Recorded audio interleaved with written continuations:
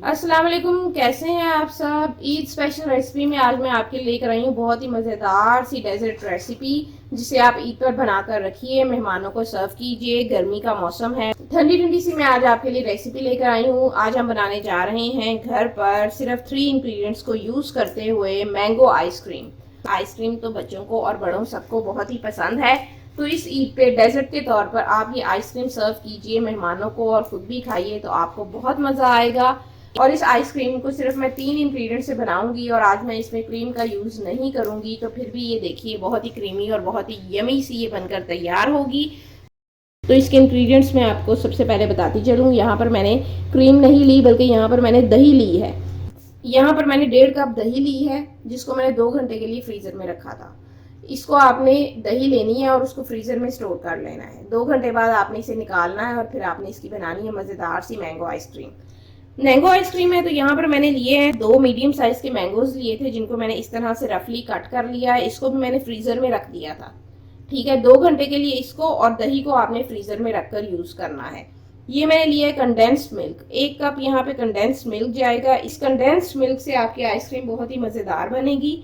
आप डायरेक्ट चीनी भी यूज़ कर सकते हैं, मगर उससे इसका क्रीमी टेक्सचर नहीं आएगा जो कि कंडेंस्ड मिल्क से आएगा। इन 3 इंग्रेडिएंट्स को बस मैंने यूज़ करना है और जल्दी से झटपट से बना लेनी है घर पर मैंगो आइसक्रीम।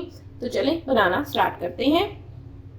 अब आपने इस मैंगो आइसक्रीम को बनाना कैसे है, यहाँ पर मैंने जूसर ब्लेंडर का जग लेना है और ये तीनों इंग्रेडिएंट्स इस जग के अंदर डाल देने हैं। इन तीनों इंग्रेडिएंट्स को इस जग के अंदर डालने के बाद इसको मैंने 1 से 1.5 मिनट के लिए अच्छे से ब्लेंड करना है। तो मैं आपको इसे ब्लेंड करके दिखाती हूँ।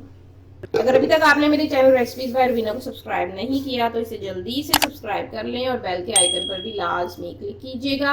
अब ये तीनों इंग्रेडिएंट्स को मैंने अच्छे से ब्लेंड कर लिया है, तो ये मेरा एक फाइन सा मिक्सचर रेडी हो चुका है। अब यहाँ पर मैंने एक एयर टाइट बाउल लिया है, जिसमें मैंने इस आइसक्रीम को फ्रीज करना है। तो इस एयर टाइट बाउल में आपने ये सारी आइसक्रीम जो है ये डाल देनी है।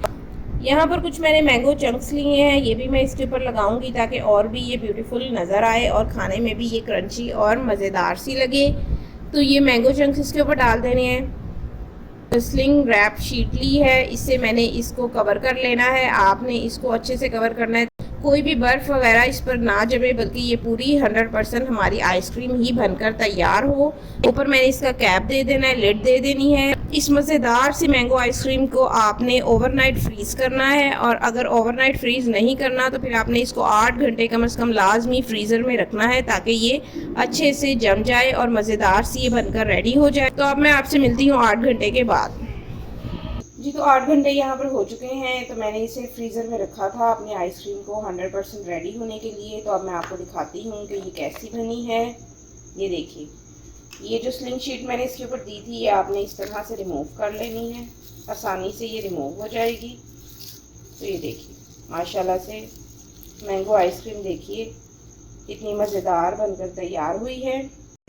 लीजिए, अब मैं आपको इसका क्रीमी सा टेक्सचर दिखाती भी हूँ कि ये माशाल्लाह से कितनी क्रीमी और कितनी मज़ेदार बनकर तैयार हुई है। देख रहे हैं कि कितनी क्रीमी और कितनी यमी ये बनकर तैयार हुई है। ये देखिए, इसे सर्विंग बाउल में मैं निकालती जाऊँगी और बाकी भी इसी तरह निकालेंगे।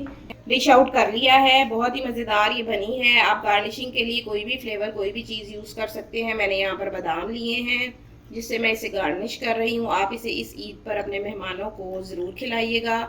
ठंडी ठंडी सी आइसक्रीम खिलाइएगा और गर्मी से दूर भगाइएगा। अगर आपको ये रेसिपी अच्छी लग रही है तो इसे लाइक और शेयर भी कर दीजिए और जल्दी से मेरे चैनल रेसिपीज बाय रवीना को सब्सक्राइब कर दीजिए। ये देखिए कितनी क्रीमी ये बनकर तैयार हुई है। इसका टेक्सचर भी बहुत अच्छा आया है। तो उम्मीद करती हूँ आपको मेरी ये रेसिपी अच्छी लगी होगी। अच्छी लगे तो इसे लाइक और शेयर ज़रूर कर दीजिए। फिर मिलूंगी मज़ेदार सी नई नई रेसिपीज़ के साथ। तब तक के लिए दीजिए इजाज़त। खुदा हाफिज़।